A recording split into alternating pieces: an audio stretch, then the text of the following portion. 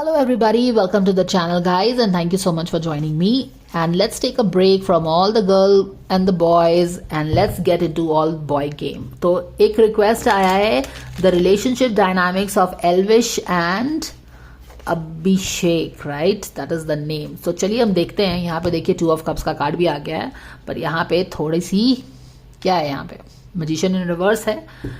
All right, चलो देखते हैं कि हो क्या रहा है. अभिषेक एंड एल्विश, कैसी है इनकी रिलेशनशिप डायनामिक्स, हम 3 कार्ड्स लेके जानने की समझने की कोशिश करेंगे. Thank you dear angels for the divine guidance and blessings coming for all Elvish Abhishek fans. Anything that they want to know about. यहाँ पे तो देखो बैलेंस्ड आ रहा है यहाँ पे मुझे, बट करियर में कुछ है यहाँ पे. चलो देख लेते हैं. Okay, and then what else do we have. High priestess आ गई है. ऐसा लग रहा है कि रिलेशनशिप पहले तो काफी बैलेंस था, फिर कुछ हुआ है यहाँ पे, और अभी यहाँ पे सीक्रेसी है रिलेशनशिप में. बैक ऑफ द डेक में क्या है, अगेन एस ऑफ पेंटिकल्स. यहाँ पे डेथ भी है, डेथ एंड रीबर्थ. यानी कि एल्विश और ये जो अभिषेक है, इनके रिलेशनशिप डायनामिक्स कुछ इस तरह से शायद होगी जहाँ पे चीज़ें बहुत बैलेंस्ड होंगी पास्ट में, बट फिर कुछ हुआ होगा बीच में जहाँ पे एक तरह का मिसअलाइनमेंट रिलेशनशिप में आ गई होगी किसी वजह से. एक बंदा या बनी कि एक दूसरे से डिसअपॉइंटमेंट हो गया होगा. ठीक है, यहाँ पे भी चीज़ें ठीक से, एक जॉब को लेके कुछ हो सकता है, प्रोजेक्ट को लेके कुछ हो सकता है, मिसअंडरस्टैंडिंग है वहाँ पे.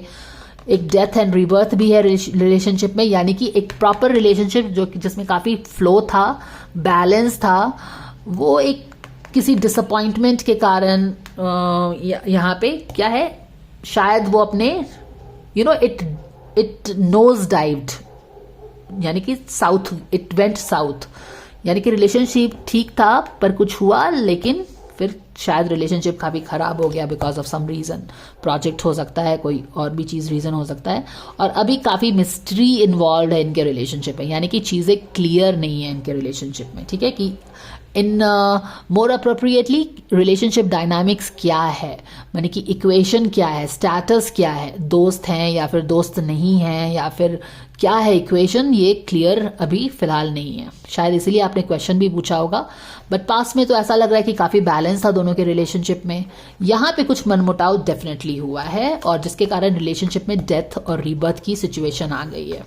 तो रिलेशनशिप कुछ ऐसा है कि ना तो बहुत ही जिंदा दिल होगा, या फिर ना ही वो कंप्लीटली खत्म हुआ होगा, बट समथिंग लाइक कि है भी और नहीं भी. That kind of thing is what we are getting. अब I don't know how what really is, but this wants to really come out. Surrender to spirit. Exactly, जब आप चीज़ों को ठीक नहीं कर सकते हैं तो उसको भगवान पे छोड़ दीजिए. राइट, जब आपको समझ में नहीं आ रहा है कि दोस्त भी है पर इश्यूज भी हैं, चीज़ें ठीक नहीं कर सकते हैं, करना भी चाहते हैं, क्या करें नहीं करें, क्या करें, तो स्पिरिट पे छोड़ दो, सबसे अच्छी बात है. When things go wrong, the best thing to do is to give space to it because time will heal it. अब यहाँ पे ये कार्ड क्या कर रहा है, surrender to setting limits. Maybe this is the guidance for them. It is a healthy to set boundaries in your relationship. Practice expressing your words. Practice expressing your needs and remember that no is a complete sentence. यानी कि may be वो जो होता है ना, एक झिझक होता है, क्योंकि अब दोस्त हैं तो कुछ एक तरह का झिझक है. यहाँ पे भी यही दिख रहा है ना कि झिझक है, पर हमें अच्छा नहीं लग रहा है, पर हमको करना पड़ रहा है बिकॉज फ्रेंडशिप है, जो भी है. कभी तो ऐसा फ्रेंडशिप में होता है ना, तो वही चीज़ें हैं कि अगर सच्चे फ्रेंड्स हो तो जो चीज़ अच्छी नहीं लग रही है वो आप एक्सप्रेस कर सकते हैं, तो वहाँ पे फॉर्मेलिटीज़ नहीं है. पर यहाँ पे क्या है कि शायद बहुत ज़्यादा फॉर्मेलिटी हो गया है. हम वो सारी चीज़ें रिलेशनशिप में कर रहे हैं जो कि हमको एक दूसरे का पसंद नहीं आ रहा है, पर हम अच्छे से एक्सप्रेस भी नहीं कर पा रहे हैं.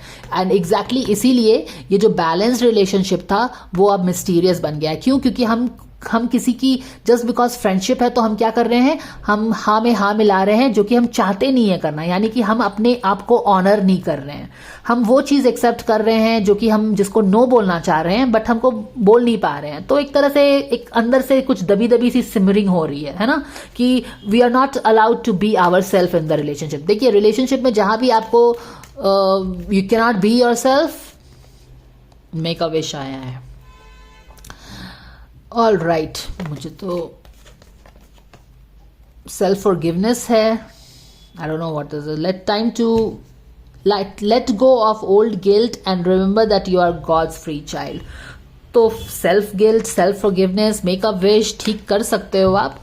देखिए रिलेशनशिप में क्या होता है कि कभी कभी हम every time if we ignore our core values और जो चीज़ हमें पसंद नहीं है उसको हम हाँ करते हैं, तो कहीं ना कहीं हम अपने आप को ऑनर नहीं कर रहे हैं और वो आप अपने आप को माफ़ नहीं कर पाते हो.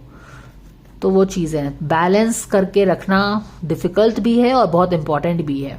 सो make a wish, draw the boundaries, let the other person know कि what is fine with you, what is not really fine with you, what goes against your ethics. इस तरह की रिलेशनशिप डायनामिक्स है दोनों बंदे की. पहले तो सब ठीक ही था मगर अब यहाँ पे it's complicated. Do let me know what you feel about this, guys, and I will see you again. Please like, share and subscribe if you like the video, and I will see you again. Yeah.